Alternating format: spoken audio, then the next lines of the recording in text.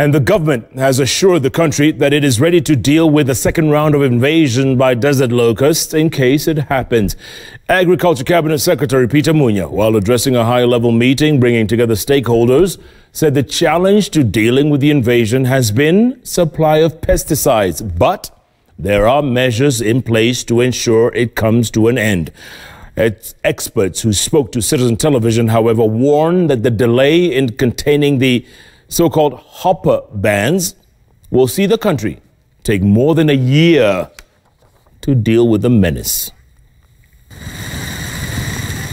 The first spread of locusts in 26 counties, the subsequent hatching in Samburu, Isiolo, Tharaka Nithi, Kitui, Turkana, Marsabit, Garissa and Embu counties, and reports of a second invasion have now pushed the government to call for a coordinated approach in the fight against the locust menace, which poses a threat to the country's food security situation. Agriculture Cabinet Secretary Peter Munya telling participants at the high-level meeting organized in collaboration with Food and Agriculture Organization FAO of the plans for the three-phase campaign to deal with the pests. Our efforts will be geared towards preventing hopper birds from forming into new swarms. We are also on the lookout for new young swarms from outside the country, largely from Somalia, flying into Mandera, Wajir, Marsabit, Samburu, and Turkana, to be targeted with aerial spraying. Munya, who acknowledged the challenges of chemical provision and insecurity in some parts of the affected counties,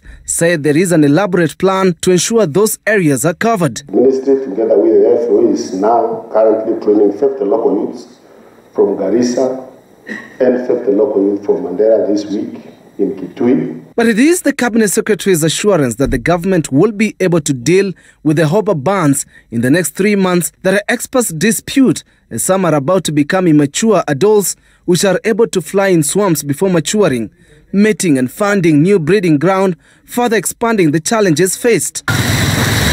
Experts also argue that the proposal to involve communities in spraying the hoppers will have a ripple effect, as the pesticides being used and which are restricted in Europe might affect those exposed to it without proper training and without wearing protective gear. Next step, the insect growth regulators. Experts, however, say the impact on food security will take time before it is felt, as the locusts prefer feeding on natural vegetation rather than crops in the farms. The food baskets are largely safe.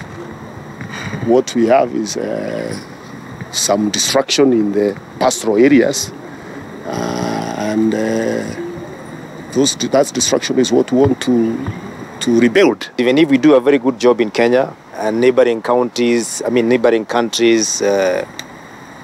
are not doing anything, we will only be clearing the locust and then wait for new ones, and it becomes a vicious cycle. FAO put an appeal.